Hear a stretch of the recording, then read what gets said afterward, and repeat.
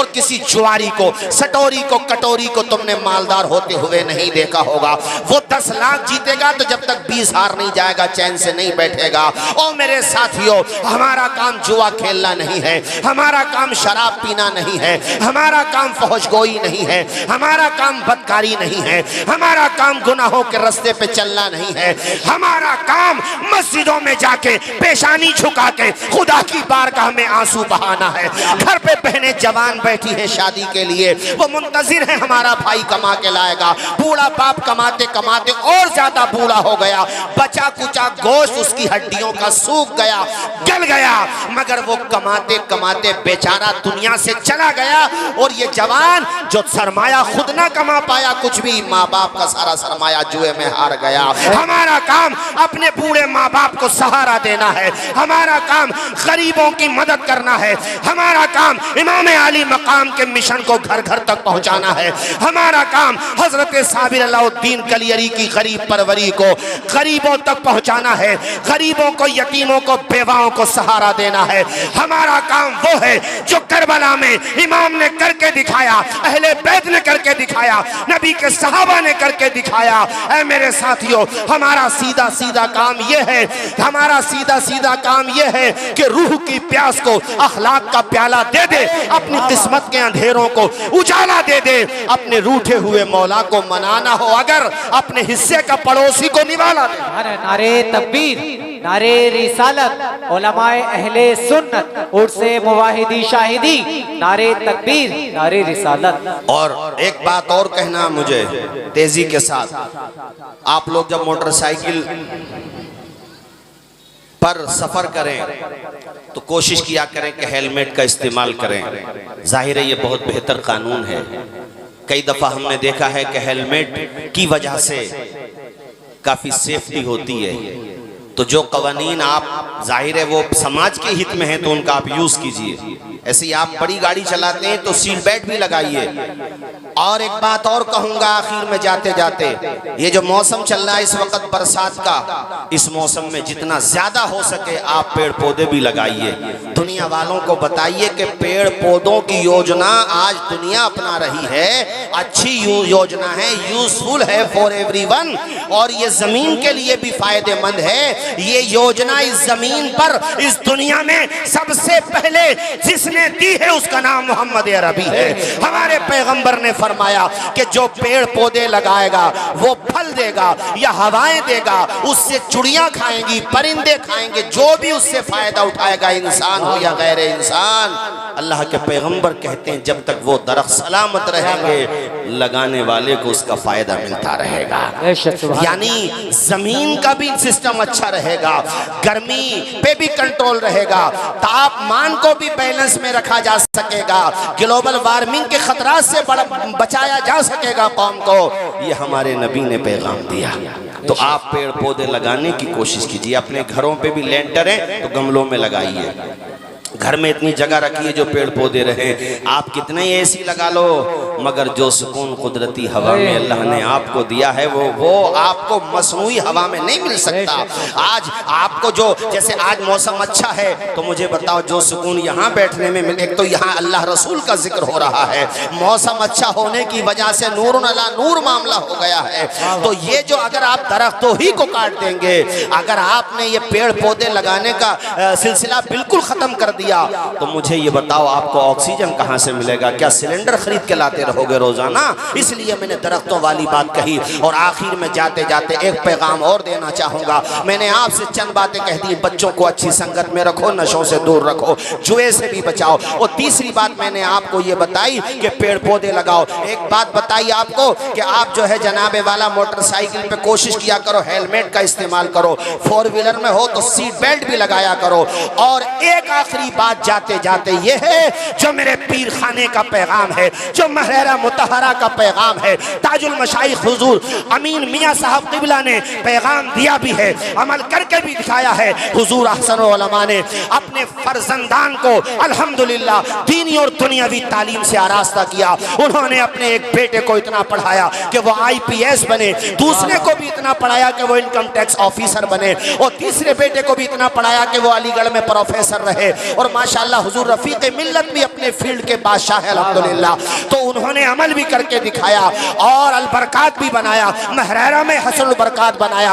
आप जाइए वहां पर हमारे अशरफिया में मुबारकपुर आजमगढ़, वहां पर इमाम अहमद रजा अकेडमी को कायम किया, अहसन उलमा डाइनिंग हॉल बनाया। पूरे भारत में न जाने कितने कॉलेजेस बनाए, कितने स्कूल बनाए, कितने इदारे बनाए। उन्होंने काम भी किया और पैगाम भी दिया। पैगाम क्या है? आधी रोटी खाइए, जोर से बोलिए बच्चों को, पूरा मजमा जोर से बोले बच्चों को हौसले इस तरह आजमाया करो, मुश्किलें देखकर मुस्कुराया करो, भले दो निवाले कम खाया करो, अपने बच्चों को लेकिन पढ़ाया करो। जरा जोर से तो बोल दो यार सुभान अल्लाह। कारी साहब, एजुकेशन सबसे बड़ी ताकत होती है। एक मुफक्किर ने कहा था इंसान का दिमाग पैराशूट की तरह होता है। पैराशूट, जब आप फ्लाइट से कभी ऐसी सिचुएशन आ जाए या कहीं भी आप, तो पैराशूट को आप ओपन नहीं करेंगे ना तो आप मारे जाएंगे। ऐसे इंसान का दिमाग पैराशूट की तरह, आप उसको खोलोगे नहीं ना तो क्वालिटी का पता क्या चलेगा।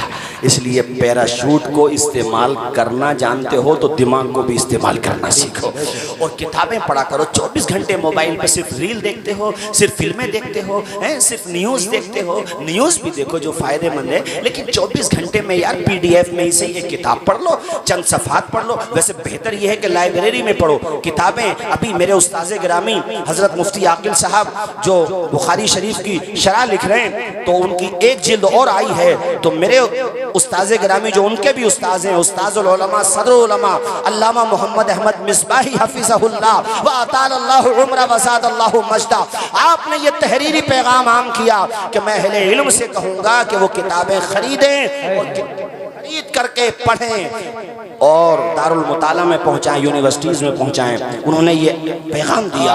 तो आपसे भी मैं कहूँगा नारे रिसालत, नारे गौसियत, मसलके आला हज़रत नबीर सदरुल अफाजिल हज़रत अल्लामा सैयद बख्तियारुद्दीन साहिब क़िबला, हज़रत शिबली मियाँ साहिब क़िबला, उलमाए अहले सुन्नत हज़रत सैयद शिबली मियाँ साहिब क़िबला। आप बैठ जाइए, आप लोग बैठ जाइए। आइए तशरीफ लाइए माशाअल्लाह।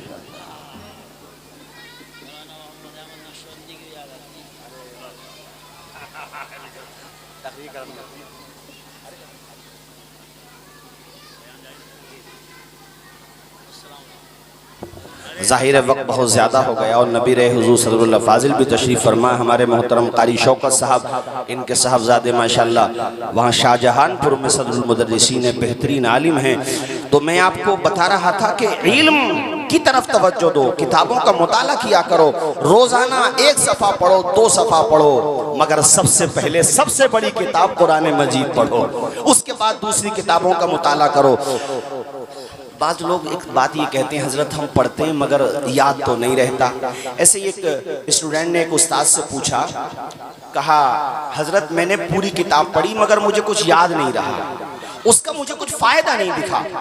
तो उस्ताद ने उनको कहा लो बेटा ये खजूर खाओ। उन्होंने एक या चंद खजूरें खाई। कहा ये बताओ अब तुम्हारा वेट कितना बढ़ गया। कहा हज़रत कैसी बात करते हैं, 1-2 खजूर खाने से कहीं वेट बढ़ता है। कहा बेटे लेकिन ये खजूर ऐसा नहीं है कि तुम्हारे काम नहीं आई। अगरचे वेट नहीं बढ़ा मगर इसका कुछ हिस्सा गोश्त बनेगा, इसका कुछ हिस्सा ब्लड बनेगा, इसका कुछ हिस्सा तुम्हारी दिमाग की पावर बढ़ाएगा, इसका कुछ हिस्सा जो है आपके जिस्म की हड्डियों को मजबूत करेगा। तो सिर्फ 1 या चंद खजूरें खाने से तुम्हारा वेट तो नहीं बढ़ा, वजन नहीं बढ़ा, तुम्हें फायदा नहीं दिखा, मगर इसका ये मतलब नहीं कि फायदा है ही नहीं। इसी तरह अगर 1-2 किताब पढ़ने के बाद तुम्हें ये लगा कि मुझे फायदा नहीं हुआ तो तुम्हारी गलत फहमी है। तुम्हें ऐसे ही समझ लो जैसे खजूर खाने के बाद जिस्म का मामला है। एक किताब भी तुमने पढ़ी तो ये ना सोचो फायदा हुआ, नहीं नहीं फायदा नहीं हुआ, फायदा हुआ। वो ऐसे कि किताब का कुछ हिस्सा तुम्हारी लुगत को अच्छा करेगा, तुम्हारे तकल्लुम को बेहतर करेगा, किताब का कुछ हिस्सा तुम्हारी जहानत बढ़ाएगा, किताब का कुछ हिस्सा तुम्हें लिखना सिखाएगा। हमारे मास्टर इलियास साहब बड़े महजूज हो रहे हैं माशाअल्लाह। किताब का कुछ हिस्सा जो है आपकी जहानत को बढ़ाएगा, किताब के कुछ हिस्से से आपके अंदर आदाब जिंदगी पैदा होंगे, सलीका पैदा होगा। तो इसलिए ये मत सोचो कि हम किताब पढ़ेंगे तो फायदा नहीं होगा, जरूर फायदा होगा। हौसले इस तरह आजमाया करो वाह वाह वाह, क्या मुश्किलें देखकर मुस्कुराया करो, सुभान अल्लाह। भले दो निवाले कम खाया करो, अपने बच्चों को लेकिन पढ़ाया करो, मुझे आवाज आए जोर से बोलो, अपने बच्चों को लेकिन। पढ़ाया करो। हमारे गुलाम यासीन भाई भी तशरीफ फरमा माशाल्लाह, हमारे मुदब्बिर भाई भी तो आए थे, शायद वो चले गए। और भी हमारे माशाल्लाह हाफिज अब्दुल क़य्यूम साहब, उनके वालिद साहब, हैबतपुर से हमारे कारी नदीम साहब। और ये जो हस्ती आप देख रहे हैं, मैं आपको बता दूं, ये उस दादा के पोते हैं कि जिनके कलम से, जिनके कलम की रोशनाई से, जिनके कलम की ताकत से 7 समंदर पार से लेके भारत में जिनकी हुकूमत थी, वो हुकूमत हिल जाया कर। वाह वाह वाह, सुभान अल्लाह। मैं मुबालगा करता ही नहीं हूँ, ना मुझे मुबालगा पसंद है, मैं सच्ची बात बोलता हूँ। अब की हो या पहले वालों के बारे में हो, सदरुल फाजिल उस कलम का, लोग उनको सिर्फ मुफस्सिरे कुरान के नाम से जानते हैं। माशाल्लाह हमारे हारून भाई भी तशरीफ फरमाए, लोग उनको मुफस्सिरे कुरान के नाम से जानते हैं, लोग उनको बहैसियत आलिम रब्बानी जानते हैं, मुहद्दिस के, लेकिन उनको ये नहीं पता कि इनके दादा हुजूर सदरुल फाजिल जिन्होंने ये जामिया नईमिया कायम किया, वो सिर्फ एक मजहबी रिलीजियस लीडर नहीं थे, वो इतने बड़े पॉलिटिकल लीडर थे। रब्बे काबा की कसम, जब उनकी तहरीरें अखबारात में छपती थी तो ब्रिटिश हुकूमत का तख्ता हिल जाया करता है। बल्कि मुझे अफसोस होता है, मैंने इनके भाई से भी मुझे मिले थे अभी झारखंड में, मैंने कहा था रमज़ान से पहले कि कभी इंशाल्लाह हज़रत की हम जो है शख्सियत के हवाले से तैयारी के बाद आप मुझे किसी मौके पे मौका दीजिए तो मैं बताऊं कि सदरुल फाजिल की शख्सियत का नाम है। हमें खुशी इस बात की है कि माशाल्लाह उनके खानवादे के चश्मो चराग हमारे और आपके सामने मौजूद है। सुभान अल्लाह। अल्लाह ताला हज़रत का साया दराज फरमाए और हमारे कारी हो रहे हैं माशाल्लाह, अल्लाह पाक शादो आबाद रखे। फैसल मियाँ साहब से हमारा रिश्ता आज का नहीं है बल्कि बहुत पुराना है। हमारे मौलाना नाजिम साहब भी तशरीफ़ फरमा, हाफिज़ अब्दुल क़य्यूम साहब, और ये हमारे अल्लाह सलामत रखे हमारे हाफिज़ अब्दुल क़य्यूम साहब को माशाल्लाह तो बुजुर्गी आ रही है, मगर ये समझ में नहीं आता है कि बचपना आ रहा है या बुजुर्गी आ रही है। अल्लाह ताला इनकी वालदा जो हमारी खाला थी, अल्लाह ताला उनको जन्नतुल फिरदौस में आला से आला मकाम अता फरमाए। हमारे साथ माशाल्लाह हम लोग एक ही साथ हज पे थे। खैर, मैंने आपको कितनी बातें बता दी, मैं अपनी तकरीर खत्म करता हूँ चूंकि मेरे बाद 2 मेहमान और तशरीफ लाने वाले हैं। कितनी बातें बताई बोलो? नशे से, आवाज आए, बचना है, नशे से, जुए से, बुरी आदतों से, और बच्चों को, आवाज आए, बच्चों को पढ़ाओगे कि नहीं पढ़ाओगे? इंशाअल्लाह। जिस थाली में खाना खाते हो ना, वो थाली भी बेचना पड़े तो बेच दो। मैंने मकान की बात नहीं की, वो तो बहुत पीछे रह गया। थाली जिसमें खाना खाते हो वो थाली भी बेचना पड़े तो खाना हाथ में खा लो, मगर बच्चों को पढ़ा लो। बेशक। बच्चों को स्क्रीन न दो, स्किल्स दो। बेशक। बच्चों को रील बनाने वाला न बनाओ, रियल लाइफ बनाने वाला। बेशक। बच्चों को कामयाब बनाओ, नाम जिंदा रहेगा। माशाल्लाह ये नौशाही टीम के भी काफी अफराद तशरीफ लाए, अल्लाह ताला सबको शादो आबाद रखे। तो मेरी बात पे अमल करोगे कि नहीं करोगे? इंशाअल्लाह। अब ये मेरी बहनें बेटियां माशाल्लाह काफी तादाद में आई हैं, तो इनसे भी कह दूं कि दीन का काम सिर्फ मर्द नहीं करते, औरतें भी करती हैं। बेशक। ऐसी ऐसी खवातीन गुजरी हैं इस्लाम के दामन में कि 11 साल की उम्र में हफ्सा हाफिजा भी थी, कारिया भी थी। उनके भाई मोहम्मद बिन सीरीन कहते हैं कि क़िरात के मामलात में जब मैं उलझ जाता था, मैं अपने शागिर्दों को जवाब नहीं दे पाता था, तो मैं कहता था मेरी बहन के पास जाओ, उनसे सवाल करो, वो तुम्हारे सवाल का जवाब दे दे। सुभान अल्लाह, सुभान अल्लाह। तो जितने भी ये माशाल्लाह बच्चियों के इदारे चल रहे हैं, हमारा भी इदारा है, और भी जहाँ जहाँ जितने इदारे चल रहे हैं शहर में, अल्लाह पाक सबको सलामत रखे, सारे मदारिस को सलामत रखे। कुरान मजीद ने नशे को हराम करार दिया है, बेशक सख्त हराम, यहाँ तक कि उसे नापाक कहा। जी। कोई नापाक चीज को भला कैसे पी सकता है? जैसे हमारे और आपके लिए खिंजीर हराम है, वैसे ही शराब भी हराम है। ये कैसी बात हुई कि खिंजीर का नाम सुन के आपकी तबीयत नापसंदीदगी महसूस करे और शराब का जाम हाथ में लेकर के लबों से लगाती हुई कौम मुस्लिम नजर आए, ये दोहरा मेयार क्यों है हमारा? क्या कोई नाली से उठा करके गंदगी खाने की जसारत कर सकेगा? कोई नहीं। या उसका नापाक पानी पीने की जसारत कर सकेगा? नापाक छोड़ो, अगर नाली से पाक पानी भी हो, यानी नाली को साफ सुथरा कर दिया जाए, तब भी कोई सही तबीयत वाला उस पानी को नहीं पिएगा। यानी उसको आपने साफ कर दिया और उस पर आप ठीक ठाक समरसेबिल चला के पानी चला रहे, तब भी आपकी तबीयत गवारा नहीं करेगी। ये कैसी अजीब बात हमारे जवानों में आ गई। तो इसलिए मैं ये चाहता हूं कि नशा मुक्ति अभियान ये आप सिर्फ उलमा से मत चलवाइए, खुद भी चलाइए। अगर आपके पड़ोस में, आपके घर में, आपके रिश्तेदारों में, आपके मोहल्ले में लोग नशा करते हैं, कारी यूसुफ रजा साहब नशा भी अब बताया कि वो इसमें पता नहीं, मुझे तो नाम भी नहीं, जक्शन का नशा, सिर्फ शराब पीने का नशा नहीं, टेबलेट का नशा, सूंघने का नशा, गोली खाने का नशा और ऐसे ऐसे नशे के लोगों ने बताया। हजरत आप तो ताज्जुब में पड़ जाओगे। और कौन सी कौम कर रही है? जिस कौम को खैर उम्मत करार दिया है कुरान पाक ने, जिस कौम को सबसे बेहतरीन उम्मत बताया है कुरान पाक ने, वो उम्मत ये काम कर रही है। फिर हम कहते हैं कि हमारे ऊपर हालात ऐसे क्यों बन रहे हैं? हम लोग दुनिया में शराब का नशा करने थोड़ी आए हैं, हम तो बाजार मुस्तफ़ा में बिकने के लिए आए हैं। सुभान अल्लाह। हम तो अल्लाह वालों के रास्ते पे चलने के लिए आए हैं। तो ए जवानों, अपनी रविश को बदलो। और मैं एक बात माँ बाप से भी कहना चाहता हूँ, जितने भी यहाँ पे बैठे हैं हमारी माएँ और वो हजरात जो माशाल्लाह बाप बन चुके हैं, कि देखो पहले बेशक माँ बाप पढ़े हुए नहीं होते थे, मगर यार वो अपने बच्चों को पढ़ाते थे।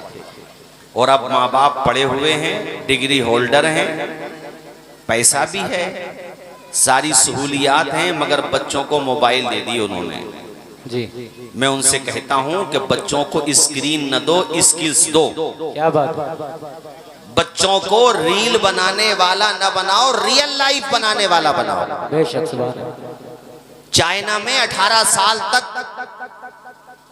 18 साल की एज तक मोबाइल इस्तेमाल नहीं कर सकते। कोई करता तो इलीगल है। और हमारे वहां बच्चे होश का नाखून नहीं लेते कि उनके हाथ में मोबाइल आ जाता है जी। माँ बाप इसमें कहीं ना कहीं लापरवाही का शिकार है। पहले के दौर के माँ बाप अगरचे कम पढ़े लिखे होते थे, मेहनत मजदूरी करते थे, दिन भर खेतों में पसीना बहाते थे, मगर अपने बच्चों को पढ़ाते थे, जिसके नतीजे में उनके घरों में इल्म के चिराग रोशन हो गए। ये क्या बात हुई कि बेपढ़े लिखों ने पढ़ा दिया, और ये क्या तमाशा हुआ कि पढ़े लिखे अपने बच्चों को नहीं पढ़ा पा रहे। बेशक। सही। इसलिए मैं ये कहना चाहूंगा हर माँ बाप से कि अपने बच्चों को केयर करो।